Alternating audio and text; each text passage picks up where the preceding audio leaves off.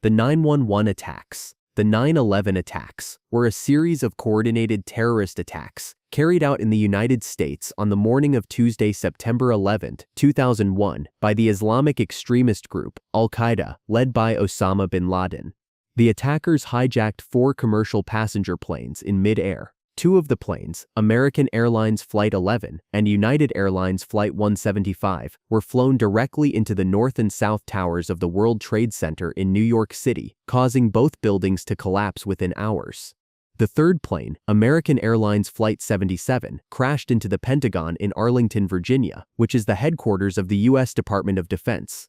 The 4th plane, United Airlines Flight 93, was headed for another high-profile target in Washington, D.C., but crashed in a field near Shanksville, Pennsylvania, after heroic passengers fought to regain control from the hijackers. In total, the attacks killed 2,977 people, making it the deadliest terrorist act in world history.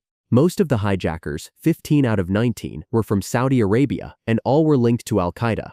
These attacks caused catastrophic human and financial loss, with damages exceeding $100 billion and leaving a permanent scar on the global consciousness. It also marked the beginning of the US-led war on terror and led to the invasion of Afghanistan to dismantle the Taliban regime, which had sheltered bin Laden.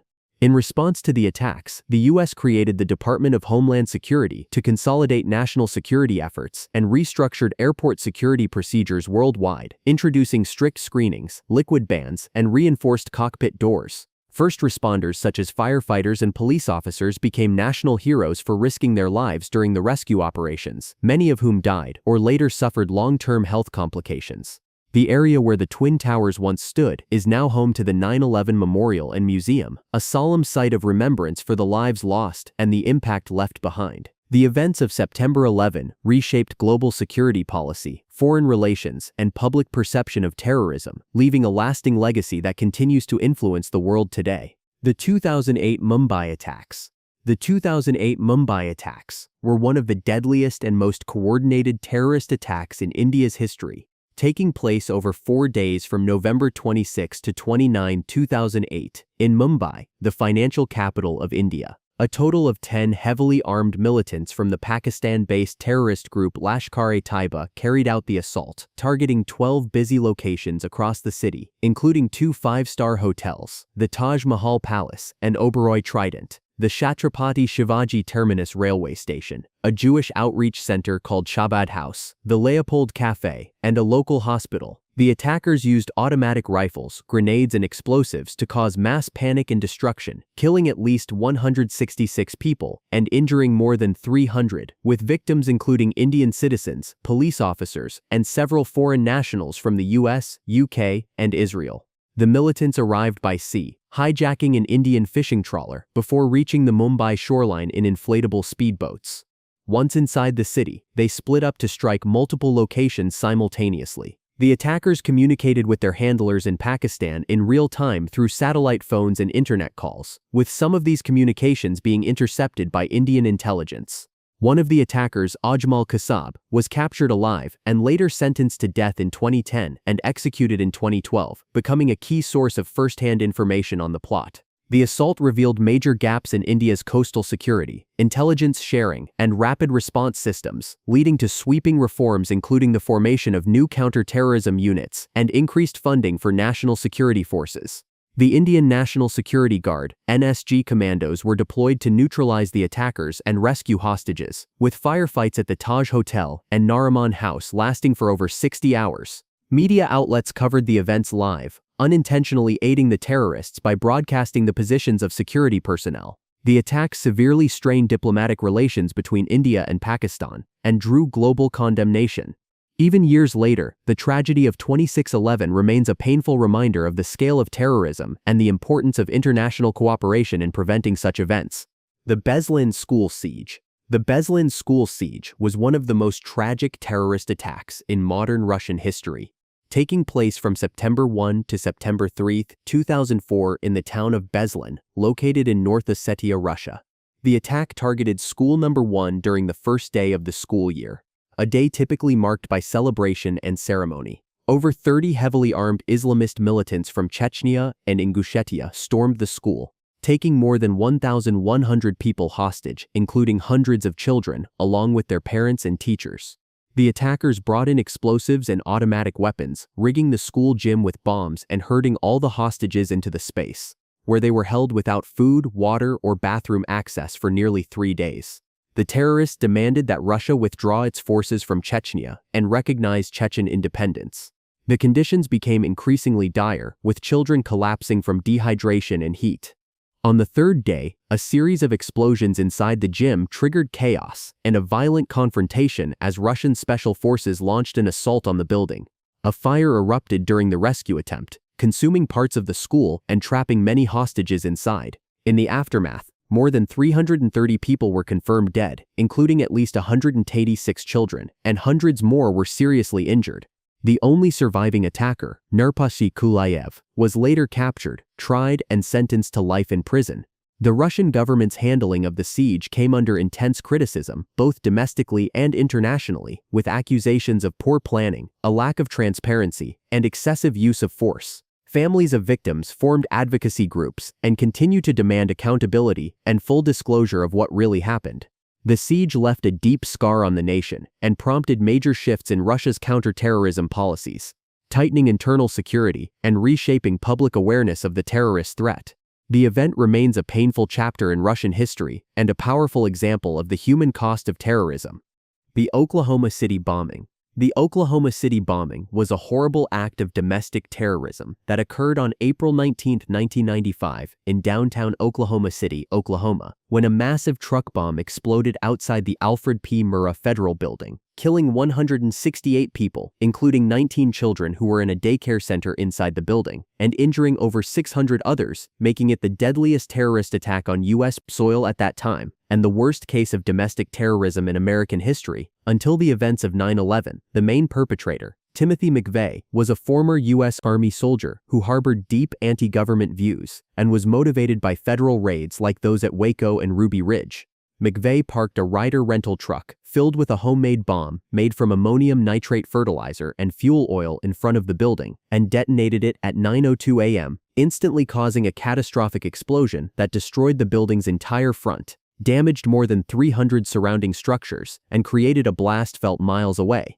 McVeigh was caught just 90 minutes after the bombing during a routine traffic stop for driving without a license plate and was found to be carrying illegal weapons, leading to his arrest. His co-conspirator Terry Nichols, who helped collect bomb materials and plan the attack, was later convicted and sentenced to life in prison, while McVeigh was executed by lethal injection in 2001. The bombing prompted sweeping changes in federal building security across the United States, including reinforced structures, restricted vehicle access, and the introduction of new anti-terrorism laws. It also shifted public awareness toward the threat of homegrown extremism, as the attack revealed that domestic actors, not foreign terrorists, could cause mass devastation within the country. In the aftermath, the Oklahoma City National Memorial was built on the site of the bombing to honor the victims, survivors, and rescuers, with empty chairs representing each life lost, and a reflecting pool symbolizing healing. For many survivors and first responders, the trauma of that day lasted for years, with ongoing physical and mental health struggles. Today, the event stands as a painful reminder of the impact of hate-fueled violence and the need for vigilance against extremism from within. Paris attacks. On the night of November 13, 2015, Paris became the target of one of the deadliest terrorist attacks in modern French history, as a series of coordinated assaults by Islamic State militants struck multiple locations across the city within minutes of each other, killing 130 people and injuring over 400. The attacks were carefully planned and executed by a group of militants, many of whom were European nationals with links to France, Belgium, and Syria. The most devastating event occurred at the Bataclan Concert Hall, where gunmen stormed the venue during a performance and murdered 90 people in cold blood. Simultaneously, other attackers targeted restaurants and cafes in busy nightlife districts, while 3 suicide bombers detonated explosives outside the Stade de France during an international soccer match, which was attended by then-President François Hollande. These coordinated strikes demonstrated military-level precision, revealing how deeply ISIS had infiltrated parts of Europe through radicalized citizens who had fought in Syria before returning home. In response, the French government declared a state of emergency, closed national borders, and launched major anti-terror operations both domestically and in neighboring Belgium. The mastermind behind the attack, Abdelhamid Abaoud, a Belgian-born extremist, was located and killed during a massive police raid in the Paris suburb of Saint-Denis 5 days later. The aftermath saw France tighten surveillance laws and ramp up counter-terrorism strategies across Europe. Global landmarks lit up in the colors of the French flag in a symbolic show of support, and the phrase "Pray for Paris" became a worldwide expression of solidarity. The Paris attacks also marked a significant shift in how Western nations perceived the threat of homegrown terrorism and exposed major weaknesses in European border controls and intelligence sharing. Beyond the tragic loss of life, the attacks left deep scars on French society and had lasting effects on national policy, security frameworks, and international counterterrorism cooperation. To this day, the 2015 Paris attacks remain a grim reminder of the ongoing challenges posed by extremist violence and the urgent need for global collaboration in preventing such tragedies. The Bali Bombings. The Bali Bombings were a devastating terrorist attack that occurred on October 12, 2002 in Kuta, a bustling tourist hub on the Indonesian island of Bali. The coordinated assault involved 3 separate explosions. A suicide bomber detonated an explosive vest inside Paddy's Pub, a popular bar filled with foreign tourists, shortly followed by a massive car bomb planted in a parked van outside the Sari Club across the street, and a smaller device exploded near the U.S. consulate in Denpasar.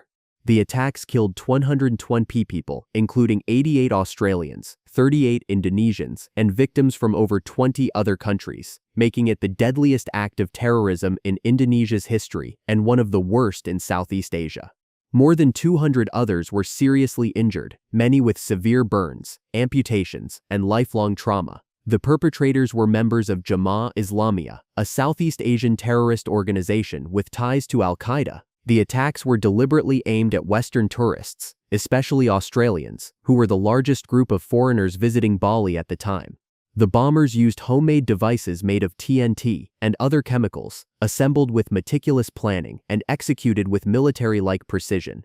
The investigation led to the swift arrest of several suspects, including Imam Samudra, Ali Gufran, and Amrozi, who later admitted to orchestrating the attack. All 3 were convicted and executed by firing squad in 2008.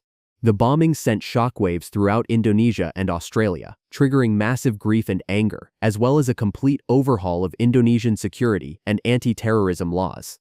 The Australian government increased cooperation with Indonesian authorities, helping to establish special counter-terrorism units and intelligence-sharing mechanisms. The attacks also crippled Bali's tourism-dependent economy for years, leaving thousands unemployed and local businesses shuttered. Today, a memorial stands in Kuta to honor the victims, engraved with their names and nationalities.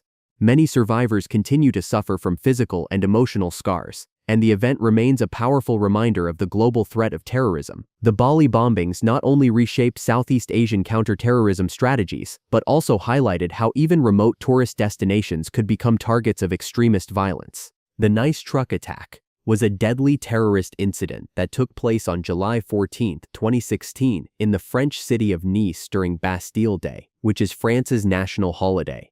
As thousands of people gathered along the Promenade des Anglais to watch fireworks by the Mediterranean Sea, a 31-year-old Tunisian man named Mohamed Lahouadjibouti drove a 19-ton rental truck directly into the crowd. The attack lasted about 5 minutes, as the truck plowed through people over a stretch of more than 2 kilometers, leaving behind a horrifying trail of destruction. In total, 86 people were killed, including children, and over 400 others were injured, making it one of the deadliest terror attacks in French history. The victims came from over a dozen countries, and many were tourists or families celebrating the national holiday. French police eventually stopped the rampage by shooting and killing the attacker inside the truck. Although ISIS later claimed responsibility for the attack, French investigators found no direct operational links between Lahouadjibouti and any terror organization, though he appeared to have been inspired by extremist content online. It was later revealed that the attacker had planned the attack for several days or even weeks, having visited the location multiple times before the event and contacting individuals to help him acquire weapons. In the aftermath, several people were arrested for providing him with logistical or weapons support and were later tried in a high-profile court case that began in Paris in 2022. France responded to the attack with 3 days of national mourning and increased scrutiny of its national security protocols. The event sparked public outrage and intense political debate over gaps in France's counter-terrorism measures, especially regarding how such a large vehicle was able to access a pedestrian-only area during a major public celebration. While the attacker did not live to face justice, the judicial system aimed to hold his collaborators accountable. The nice truck attack remains a stark reminder of how ordinary moments of joy can be shattered by acts of violence and continues to influence France's approach to public safety and anti-terrorism efforts today. The Madrid train bombings were a coordinated terrorist attack that took place in Spain on March 11, 2004, targeting 4 commuter trains during the morning rush hour in Madrid.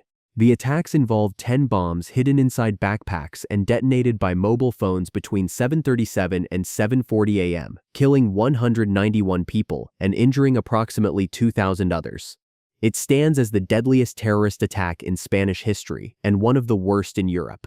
At first, the Spanish government blamed the Basque separatist group ETA, but evidence later revealed that the real perpetrators were Islamist extremists inspired by Al-Qaeda, though not directly linked to its command structure. This misattribution caused massive public outrage, especially because it happened just 3 days before the general elections, leading to a major political shift as voters turned against the ruling party for misleading the public. The explosives used were a type of dynamite called Goma 2 ECO, a material commonly used in mining. 3 of the bombs were later defused by security forces, while the rest exploded on packed trains, showing the high level of coordination among the attackers. Weeks after the bombings, several suspects blew themselves up in an apartment in Leganés when police attempted to arrest them, resulting in further deaths and revealing the lengths the group was willing to go to avoid capture. In 2007, Spain conducted one of the largest terrorism trials in its history, convicting 18 of the 21 individuals charged for their roles in the attack. The bombings sparked massive anti-terrorism demonstrations across Spain, with millions of citizens protesting in the streets. As a result of the attack, March 11 was later designated as the European Day of Remembrance for victims of terrorism. The tragedy exposed critical gaps in transportation security and led to broader counter-terrorism reforms across Europe, making it a turning point in how nations address domestic and international terror threats. The Madrid bombings remain a stark reminder of the impact of terrorism and continue to influence Spain's security policies and political landscape even today.